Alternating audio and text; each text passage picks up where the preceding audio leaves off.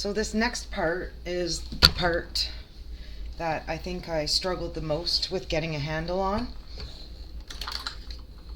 And that's, I have to take this flat knit piece and rearrange it on the needles of the main bed and the needles of the ribber so that I can start knitting circular to create the tube for the sock. Excuse me. So there's a few different ways to do this, and I really struggled with it until I came across a comment on a blog where a woman said she just uses circular needles to rearrange the stitches. And so that's what I do.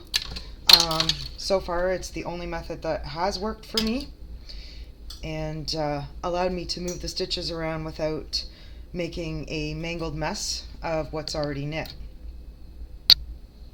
Now this is going to be the first time doing this working around a tripod and a camera, so I don't know how well it will go as far as that's concerned, but we'll see. The pattern that I use for this sock would have you leave the like half of the stitches from the center of your flat piece on the knitter, and then bring stitches from each side down to the ribber that total the other half. That puts your seam up the back of the sock, and the pattern then has you knit your heel and whatnot on the ribber bed, which doesn't work for me. I do much better knitting my heel on the main bed where I can drop the ribber bed out of the way and see what I'm doing, and it makes it easier for me for moving weights and everything, because you really have to watch your weight distribution when you're short rowing a heel. So I make it so that my sock seam is on the side. Now the last sock that I knitted, the seam was on the left hand side from the heel, or when I was facing the top of the sock, the seam is on the left hand side. So this one I want to make it the opposite. I want to have it on the right hand side.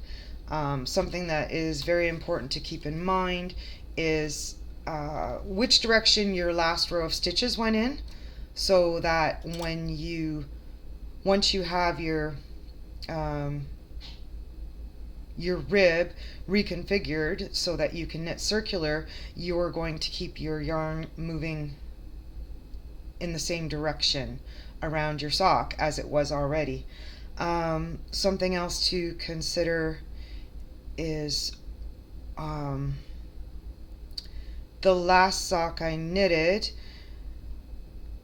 when I hit the toe and took that off to Kitchener stitch, I'm comfortable doing Kitchener stitch and grafting a toe when the knitting is moving in a clockwise direction.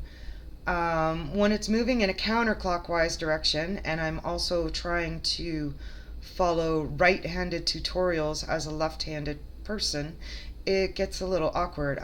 It pretty near broke my brain trying to figure out how to do Kitchener stitch on a counterclockwise knitted item. So anyways, I hope to avoid that this time, but for now I'm just going to focus on getting the stitches onto my circular knitting needles. So these are the needles I use for knitting socks. I do the 2-needle method when I hand knit socks. These are Chow Goo needles, which I'm firmly convinced are the best knitting needles you can buy. But anyways, let's get started.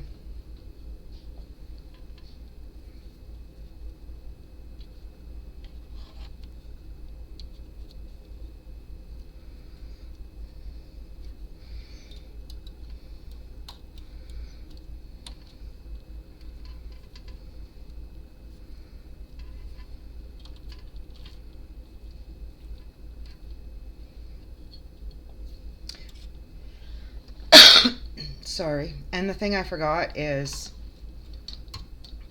the weight. The weight at the bottom has to be redistributed and not as heavy.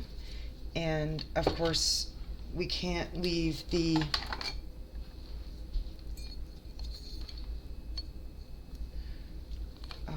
cast on comb because it does not fold in half. And I'm going to be folding this section of knitting in half. So, I'm going to change out my cast on comb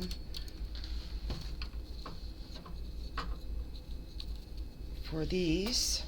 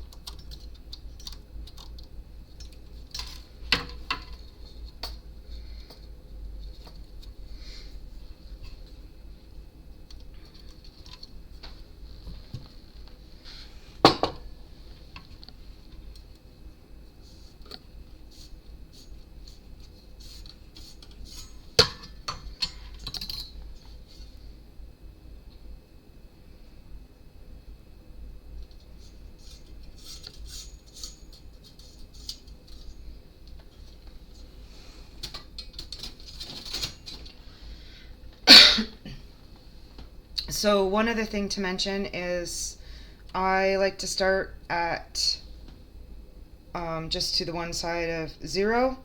So basically right 1 is the stitch I like to start at when I'm taking these off to reposition them. And I make sure that I put my knitting needle through from the top of each stitch so that when they're all on my needle, all of the stitches are facing the same way, and that makes it easier to make sure that when I rehang this knitting, that I don't accidentally twist a stitch, because just like in hand knitting, with machine knitting, twisting a stitch is going to give you a different effect, and it may result also in a stitch that's too tight to knit properly or might drop. So, okay, back to it.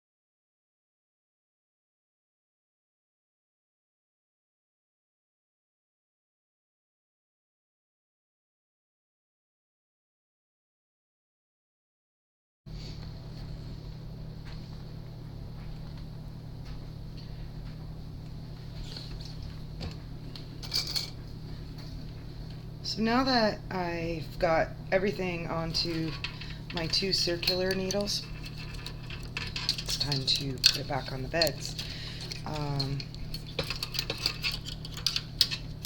Sometimes the cables can be a bit of a pain in the butt. I've moved my carriage over to the right hand side before I put this back on, because that's where my yarn tail is going to end up.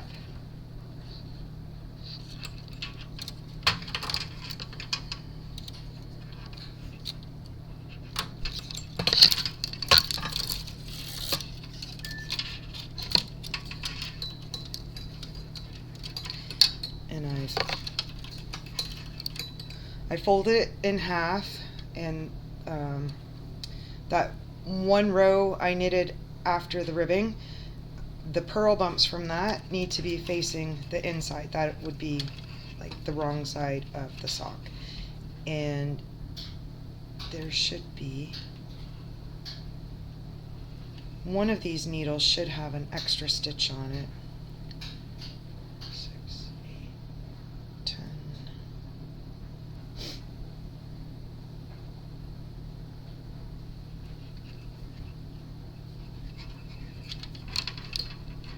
So, because you do that to, I guess, make it easier to sew it up after. So I need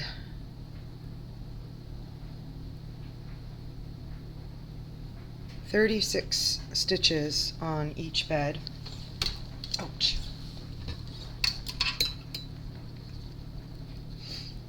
So each side of the 0 will be 16. So 10, 15,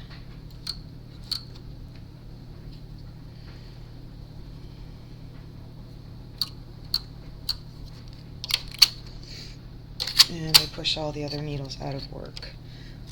I haven't really settled on whether it's easier to put the knitter stitches on first or the ribber stitches first, so I still kind of keep flipping back and forth.